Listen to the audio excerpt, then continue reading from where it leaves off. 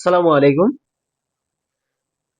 আশা করি সবাই ভালো আছেন। ইনশাআল্লাহ আলহামদুলিল্লাহ আমরা বাংলাদেশ একটি নতুন ক্লাস নিয়ে আপনাদের সাথে উপস্থিত রয়েছি। আজকে আমরা ক্লাস করব আমাদের বাংলাদেশ সংবিধান বা সংবিধান সম্পর্কে ক্লাস করব। যার দ্বারা আমরা বিভিন্ন তথ্যগুলো সম্পর্কে জানতে পারবো। সংবিধান সম্পর্কে যে ইনফরমেশন গুলো আমাদের অতি প্রয়োজন সেগুলো আমরা সাধারণভাবে আমরা দেখে নিব। আমাদের হাতে সময় রয়েছে মাত্র অল্প কয়েকদিন, ঢাকা বিশ্ববিদ্যালয়ের পরীক্ষা শুরু হয়ে যাবে। তো পরীক্ষার আগে আমরা আমাদের এই সংবিধান বিষয়ক একটি ক্লাস করে নিব এবং সাম্প্রতিক ক্লাসটা আমরা তাড়াতাড়ি আমরা দিয়ে দিব। তো আমরা শুরু করা যাক বাংলাদেশের সংবিধান। আর আমরা সবাই জানি সংবিধান কি। সংবিধান হচ্ছে একটি রাষ্ট্র পরিচালনার মূলনীতি। সংবিধানকে বলা হয় একটি রাষ্ট্রের আইনা স্বরূপ। কেমন, ওই যে আমরা যদি ওই রাষ্ট্রটা সম্পর্কে আমরা জানতে চাই, তাহলে আমরা যদি সংবিধানটা পড়ি তাহলে ওই রাষ্ট্রের কাঠামো, সরকার কাঠামো, রাষ্ট্র কাঠামো সব সম্পর্কে আমরা তথ্য জানতে পারবো এই সংবিধানের মাধ্যমে। আর এই সব তথ্য উপস্থাপন করা বিধায় এটাকে বলা হয় রাষ্ট্রের আইনা স্বরূপ বা দর্পণ স্বরূপ। গণপ্রজাতন্ত্রী বাংলাদেশ সরকার বাংলা ও ইংরেজিতে লেখা হয়েছে। আচ্ছা, আমরা প্রথম সংবিধান ও সংবিধান প্রণয়নের ইতিহাস সম্পর্কে পড়বো। যে সংবিধান কি? সংবিধান হলো কোন দেশের সর্বোচ্চ আইন বা মৌলিক আইন। এরিস্টটলের মতে কি, constitution is the way of life the state has chosen for itself. আমরা সবাই জানি সংবিধান দুই প্রকার, লিখিত সংবিধান এবং অলিখিত সংবিধান। লিখিত সংবিধান কাদেরকে বলে? যার অধিকাংশ বিষয় হচ্ছে লিখিত। যার অধিকাংশ বিষয় লিখিত তাকে বলা হয় আহ, লিখিত সংবিধান বা কডিফাইড কডিফাইড কনস্টিটিউশন। এবং অলিখিত সংবিধান হচ্ছে যে যে সংবিধানের অধিকাংশ বিষয় অলিখিত, প্রথা বা রীতিনীতি উপর প্রতিষ্ঠিত, তাকে আনকডিফাইড কনস্টিটিউশন বলা হয়। আমরা প্রথমে দেখে নেব যেসব দেশের সংবিধান অলিখিত: যুক্তরাজ্য, নিউজিল্যান্ড, স্পেন, সৌদি আরব এবং ইসরায়েল। এখানে গুরুত্বপূর্ণ বিষয় হচ্ছে যে অলিখিত সংবিধান হিসেবে বেশিরভাগই আসে যুক্তরাজ্যের নামটা, এই অপশনটা বেশিরভাগ আসে। তারপর আছে সৌদি আরব। তো এই দুইটা দেশের নাম আমরা জেনে রাখবো, এই দুইটাই পরীক্ষায় আসে আমাদের বেশি। তারপর হচ্ছে আমাদের সাধারণ যে তথ্যগুলো আছে আমাদের সংবিধান সম্পর্কে, এই তথ্যগুলো হচ্ছে কি, বাংলাদেশের সাংবিধানিক নাম কি? গণপ্রজাতন্ত্রী বাংলাদেশ সরকার। এটার ইংরেজি নাম হচ্ছে People's Republic of Bangladesh. People's People's Republic of Bangladesh. People's Republic of Bangladesh. বাংলাদেশের সংবিধানের পূর্ণ নাম হচ্ছে গণপ্রজাতন্ত্রী বাংলাদেশ সরকার। The Constitution of the People's Republic of Bangladesh. সংবিধানের প্রস্তাবনার সর্বপ্রথম উপরে লেখা আছে বিসমিল্লাহির রহমানির রহিম। এই যে বিসমিল্লাহির রহমানির রহিম সংবিধানে ঢুকেছিলেন শহীদ জিয়াউর রহমান, রাষ্ট্রপতি জিয়াউর রহমান। এটা সংবিধানের সংশোধনীর মাধ্যমে এটা প্রস্তাবনাটা উত্থাপন করেন। সংবিধানের যে তথ্যগুলো আছে, এটা সংবিধানের বাংলাদেশের সংবিধান দুইটি ভাষায় লিখিত, বাংলা এবং ইংরেজি। বাংলা এবং ইংরেজি এই দুই ভাষায় কি সংবিধান লিখিত। সংবিধানের প্রচ্ছদে শীতল পাটির উপর লেখা আছে গণপ্রজাতন্ত্রী বাংলাদেশ সরকার। গণপ্রজাতন্ত্রী বাংলাদেশ সরকার। সংবিধান মুদ্রণের দায়িত্ব ছিল বাংলাদেশ সরকারি মুদ্রণালয়। এটা গুরুত্বপূর্ণ নয়, কিন্তু ওই যে বাংলাদেশের সংবিধানের ভাষা রাষ্ট্র দুটি, এটা হচ্ছে গুরুত্বপূর্ণ, এগুলো আসবেই, ইম্পর্টেন্ট। বাংলাদেশের সংবিধানের প্রকৃতি হচ্ছে লিখিত এবং দুষ্পরিবর্তনীয়। এই দুইটা গুণ অনেক সময় আসে। পৃথিবীতে সবচেয়ে বৃহত্তম সংবিধান হচ্ছে ভারতের, এটা একটু মনে রাখবেন। তারপর হচ্ছে পৃথিবীর সবচেয়ে ক্ষুদ্রতম সংবিধান হচ্ছে যুক্তরাষ্ট্রের। সবচেয়ে ক্ষুদ্রতম সংবিধান যুক্তরাষ্ট্রের। পৃথিবীর প্রথম লিখিত সংবিধান হচ্ছে মদিনা সনদ। এটা কিন্তু মোস্ট ইম্পর্টেন্ট, যে পৃথিবীতে প্রথম লিখিত সংবিধান কোনটি? লিখিত সংবিধান কোনটি? মদিনা সনদ। তারপর হচ্ছে আমাদের যে সংবিধান ছিল, এই সংবিধানের সাথে রচনায় ছিল যে 1972 সালে জানুয়ারিতে অস্থায়ী সংবিধান আদেশ জারি করেন, সংবিধানে প্রথম স্বাক্ষর করেন। মানে এই যে 1972 সালে 11 জানুয়ারি অস্থায়ী সংবিধান আদেশ জারি করেন এবং সংবিধানের প্রথম স্বাক্ষর করেন শেখ মুজিবুর রহমান। নাম কি? শেখ মুজিবুর রহমান।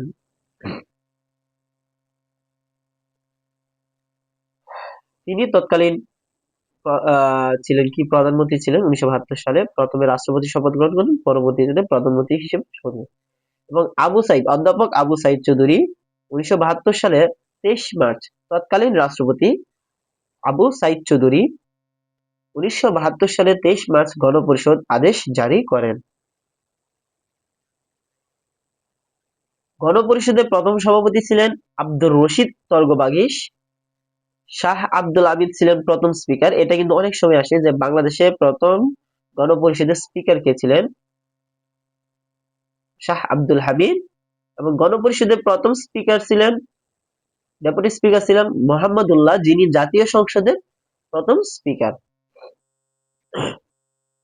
ডক্টর কামাল হোসেন ছিলেন ওই যে 34 সদস্য বিশিষ্ট যেই কমিটি ছিল, সংবিধান সংশোধন কমিটি, সেই কমিটির প্রধান সুরঞ্জিত সেনগুপ্ত। এটাও গুরুত্বপূর্ণ, একমাত্র তিনি এই ছিলেন কি বিরোধী দলীয় সদস্য, ন্যাশনাল আওয়ামী পার্টি থেকে নির্বাচিত, এবং তিনি খসড়া সংবিধানে স্বাক্ষর করেননি। সংবিধানটা বাংলাদেশের অনুকূলে না থাকায় তিনি সংবিধানে স্বাক্ষর করেননি। বেগম রাজিয়া বানু হচ্ছে সংবিধান কমিটির একমাত্র মহিলা সদস্য। সংবিধানের হস্তলেখক ছিলেন আব্দুর রউফ এবং শিল্পাচার্য জয়নুল আবেদিন ছিলেন সংবিধানের রূপসজ্জা বা অঙ্গ সজ্জা।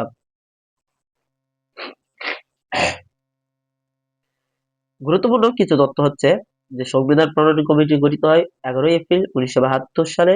সংবিধান প্রণয়ন কমিটির প্রধান ছিলেন ডক্টর কামাল হোসেন। সংবিধান প্রণয়ন কমিটির সদস্য ছিল 34 জন সদস্য বিশিষ্ট। খসড়া সংবিধান গণপরিষদে 12 অক্টোবর 1972 সালে উত্থাপন করা হয় এবং নভেম্বর মাসে গৃহীত হয়, 4 নভেম্বর গৃহীত হয় এবং 16 ডিসেম্বরে এটা কার্যকর হয় এবং 14 ডিসেম্বরে সংবিধানে স্বাক্ষর গ্রহণ করে। আমাদের সংবিধান দিবস হচ্ছে 4 নভেম্বর। এটা গুরুত্বপূর্ণ কিছু তথ্য হচ্ছে আরো, যে প্রচ্ছদ ডিজাইন জয়নুল আবেদিন, হস্তলিখিত সংবিধানের মূল লেখক আব্দুর রউফ, এটা এতটা গুরুত্বপূর্ণ নয়। এছাড়াও যে আরো গুরুত্বপূর্ণ তথ্য হচ্ছে, কিছু যে তথ্য, সংবিধানের বাংলা ও ইংরেজির মধ্যে বিরোধ দেখা দিলে গ্রহণযোগ্য হবে বাংলা। আমাদের সংবিধানে 2 ভাষায় লিখিত, যে বাংলা ভাষা এবং ইংরেজি ভাষা। এর ভিতরে যদি ইংরেজি এবং বাংলার ভিতরে যদি কোনো কনফ্লিক্ট বা সংঘর্ষ দেখা দেয় বা বিরোধ দেখা দেয়, তাহলে বাংলায় যেটা লিখিত আছে সেটা গ্রহণযোগ্য হবে।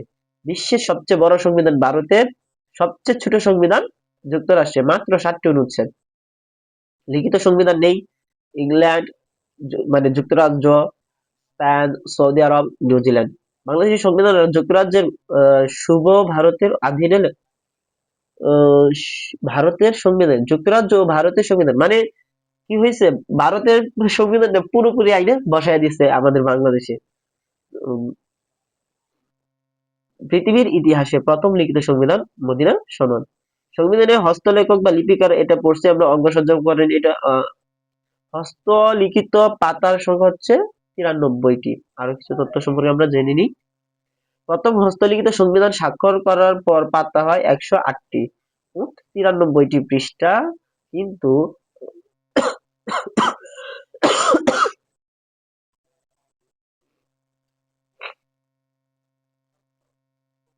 কিন্তু আপনার এই যে ওয়ার্ডটার জন্য যে আমাদের যে গ্রহণ করা হয়েছিল, স্বাক্ষর গ্রহণ করার পর 1993 পৃষ্ঠা থেকে 108 পৃষ্ঠা হয়। বাংলাদেশের সংবিধানের প্রস্তাবনা বিসমিল্লাহির রহমানির রহিম, এটা একটু দেখে নিবে, আপনারা দেখে নিবেন প্লিজ। সংবিধানের অনুচ্ছেদ সমূহ একটু দেখে নিবেন যে গুরুত্বপূর্ণ। 1 নম্বর অনুচ্ছেদ, এটা হচ্ছে গুরুত্বপূর্ণ অনুচ্ছেদ, যে প্রজাতন্ত্র বাংলাদেশ একটি স্বাধীন সার্বভৌম প্রজাতন্ত্র যাহা গণপ্রজাতন্ত্রী বাংলাদেশ নামে পরিচিত। এটা একটু দেখে নেবেন, এটা একটা গুরুত্বপূর্ণ। তারপর এই যে রাষ্ট্র নাম্বার 2 এর ক, প্রজাতন্ত্রের রাষ্ট্রধর্ম ইসলাম, তবে অন্যান্য ধর্ম পালনে সমমর্যাদা সমঅধিকার। না, রাষ্ট্রভাষা বাংলা এবং প্রজাতন্ত্রের রাষ্ট্রভাষা কোনটি? বাংলা। এই যে এটা গুরুত্বপূর্ণ আমাদের। তারপর হচ্ছে 4 ক, এটা কিন্তু বাতিল হবে। 4 ক যেটা আছে, এই 4 ক সংশোধন করা হবে জুলাই সনদ আলোকে। এটা কিন্তু মনে রাখবে যে এরকমই প্রশ্ন আসতে পারে। এটা গুরুত্বপূর্ণ যে কোন ধারাটা বাতিল করা হবে। 4 ক বাতিল করা হবে। 5 রাজধানী, এগুলো হবে সংবিধানের স্থগিতকরণ। এটাও কিন্তু বাতিল করা হবে। 7 ক এটাও বাতিল করা হবে। এটা একটু মনে রেখো। দ্বিতীয় ভাগে আছে রাষ্ট্র পরিচালনার মূলনীতি। মূলনীতি সমূহ যে জাতীয়তাবাদ, সমাজতন্ত্রবাদ, গণতন্ত্রবাদ, ধর্মনিরপেক্ষতা, এটাও গুরুত্বপূর্ণ অনুচ্ছেদটা। তারপর হচ্ছে ধর্মনিরপেক্ষতা ও ধর্মীয় স্বাধীনতা, অনুচ্ছেদ নম্বর 12, এটাও গুরুত্বপূর্ণ অনেক। মৌলিক অধিকারের অনুচ্ছেদ নম্বর 15, এটা অনেকটাই গুরুত্বপূর্ণ। আইনের দৃষ্টিতে সমান, এটা অনুচ্ছেদ নম্বর 27, এটা অনেকটা গুরুত্বপূর্ণ। তারপর হচ্ছে চলাফেরার স্বাধীনতা, চিন্তা বিভাগের স্বাধীনতা, বাক স্বাধীনতা, প্রত্যেক নাগরিকের বাক স্বাধীনতা ও ভাব প্রকাশের স্বাধীনতার অধিকারের, আহ ধর্মীয় স্বাধীনতা। এগুলোর থেকে একটু দেখি কি হয়। 47-এর, এই যে এগুলো হচ্ছে গুরুত্বপূর্ণ যে 48 নম্বর অনুচ্ছেদে রাষ্ট্রপতি কথা বলা হয়েছে। এই যে, 56, এই যে 56 একে হচ্ছে প্রধানমন্ত্রী থাকিবেন, 56 এর হচ্ছে মন্ত্রী প্রতিমন্ত্রী থাকিবে। স্থানীয় শাসন, যুদ্ধ, আইনসভা, এই যে 64 নম্বর, সংসদের 64 নম্বর, যে সুপ্রিম কোর্টের হইবার রাষ্ট্রপতি, অ্যাটর্নি জেনারেল। তারপর হচ্ছে আহ, সংসদের অধিবেশন, ডেপুটি স্পিকার নিয়ে, ন্যায়পাল নিয়ে, যে এটা হচ্ছে ন্যায়পাল বর্তমানে নেই। অনুচ্ছেদে সে মানে সংবিধান আছে, কিন্তু আমাদের বাস্তবে ন্যায়পাল নামক কোনো পদ সৃষ্টি করা হয়নি।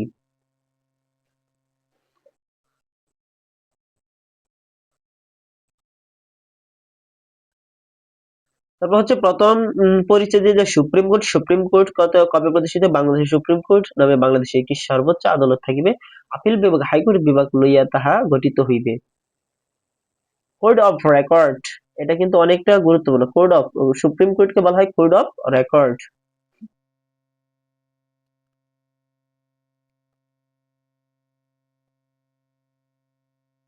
একটু দেখে নেবেন এগুলো, কারণ এগুলো একটু গুরুত্বপূর্ণ, ওইরকম গুরুত্বপূর্ণ না। এই যে জরুরি অবস্থা, এমন প্রশ্ন আসতে পারে যে রাষ্ট্রপতি কিসের অধীনে জরুরি ব্যবস্থা ঘোষণা করেন? 141 নম্বরের ক নম্বর অনুচ্ছেদে। 10ম ভাগ সংবিধান সংশোধনের ক্ষমতা, আহ, গণপ্রজাতন্ত্রের সম্পত্তি, আন্তর্জাতিক চুক্তি, বাংলাদেশের নামে মামলা, বাংলা ও বিরোধী প্রাধান্য পাবে। এই যে 153 নম্বর অনুচ্ছেদে আছে যে বাংলা ও ইংরেজি পাঠের মধ্যে বিরোধের ক্ষেত্রে বাংলা পাঠ প্রাধান্য পাইবে।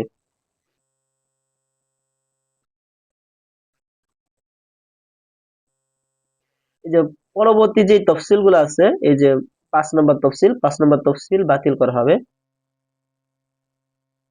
5 নম্বর তফসিলটা বাতিল করা হবে সংবিধান সংশোধনের মাধ্যমে। আর এগুলো একটু দেখে নেবেন যে যুদ্ধাপরাধীর অন্যান্য অন্যান্য গণবিরোধী বিচারের আওতায় নিশ্চিত করা হয় 15 জুলাই 1973।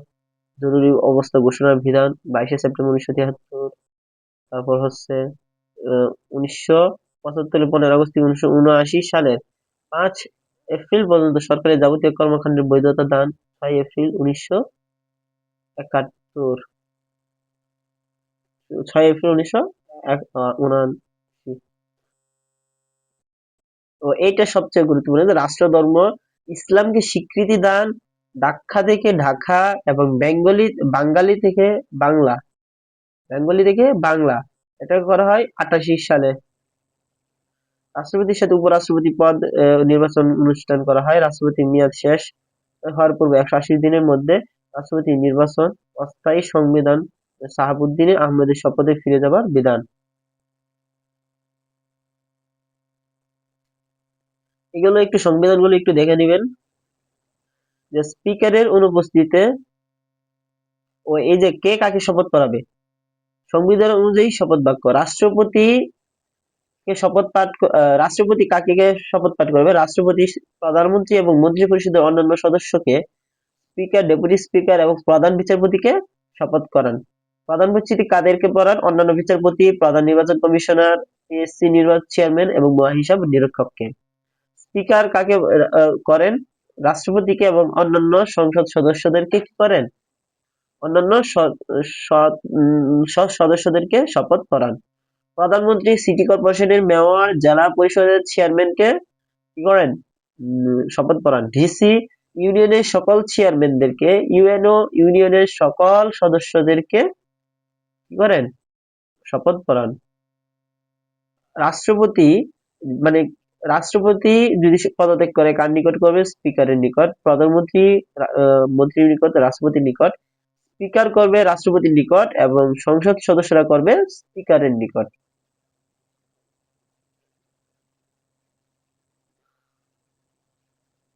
সাংবিধানিক পদসমূহ এখানে আমাদের অনেকগুলো সাংবিধানিক পদ আছে প্রায় 10টার মতো পদ রয়েছে সাংবিধানিক পদ এর ভিতরে রয়েছে রাষ্ট্রপতি প্রধানমন্ত্রী মন্ত্রী পরিষদ অ্যাটর্নি জেনারেল সংসদ সদস্য ডেপুটি স্পিকার প্রধান নির্বাচন কমিশনার মহাহিসাব নিরীক্ষক সরকারি কর্ম কমিশন এবং সভাপতি সদস্যগণ